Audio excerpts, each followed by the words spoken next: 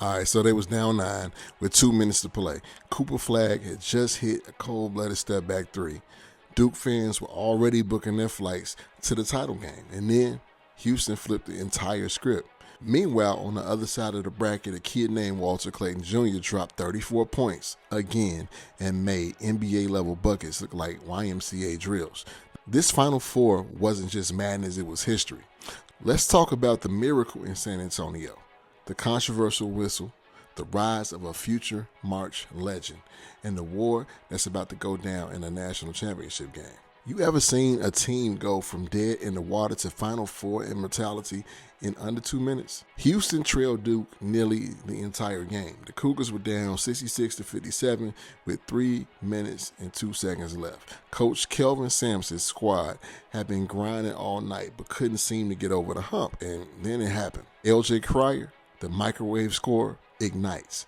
Emmanuel Sharp gets to the line, and suddenly Houston's defense transforms into a straight-up trap house. Duke, one of the most polished offensive teams in the tournament, went ice cold. They didn't hit a single field goal in the final 3 minutes. It's not a typo. Not 1 point. And then the moment that's going to be replayed, debated, and probably cursed at barbershops for the rest of the year, Cooper Flagg, just hours after winning the Wooden Award, takes a potential game winner with 8 seconds left, and he misses.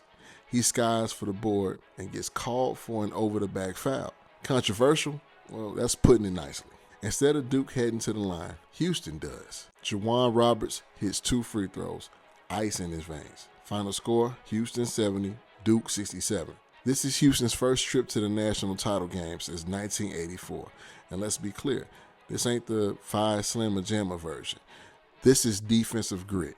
Coach Sampson's team just bullied the Blue Devils down the stretch. Cooper Flagg gave everything, 27 points, 7 boards, 4 assists, 3 blocks, and still couldn't carry Duke over the hump. He walked off that court a star, but also a freshman who learned that March is brutal. I was, for one, disappointed because I definitely was going for Duke. I thought they had it in the bag, and clearly I was wrong. I mean, once I started seeing that defense, they couldn't even get the ball in bounds sometimes. It was kind of crazy. All right, but now flip the court, because on the other side of the bracket, we didn't just witness a win. We saw the birth of a March Madness legend. Walter Clayton Jr. is on a mission, and he's not just hooping. He's writing his name into college basketball history. Against Auburn, with the Gators trailing by 9 in the second half, Clayton said, I bet. He dropped 34 points. Again, that's back-to-back 30 pieces, something only Larry Bird, Jerry West, Wilt, and a few others ever pulled off in Elite 8 and Final Four games. And this wasn't just stat pattern. These were surgical buckets, step-back threes, layups through traffic with defenders draped on his back, and ones with impossible angles. Auburn tried to trap him, shadow him, crowd him. Didn't matter. The craziest part, he never looked rattled, never screamed, never flexed, just that stone-cold expression. That mean mug, hooping like it's just another day at the office. Even Auburn's coach, Bruce Pearl, said it. Clayton can't be the best guard on the floor tomorrow. Guess what? He was. Florida wins 79-73, punching their first ticket to the national title game since 2007. And Walter Clayton Jr., he's officially on one-name status watch. Now we're here. Monday night, one team completes the mission. Florida versus Houston. Gators versus Cougars. One program looking to bring home its 3rd national title, and the other fighting for its first ever. And it's a style clash in the best way possible. Florida plays like they're on fast forward. They want to get out, push pace, and let Walter cook.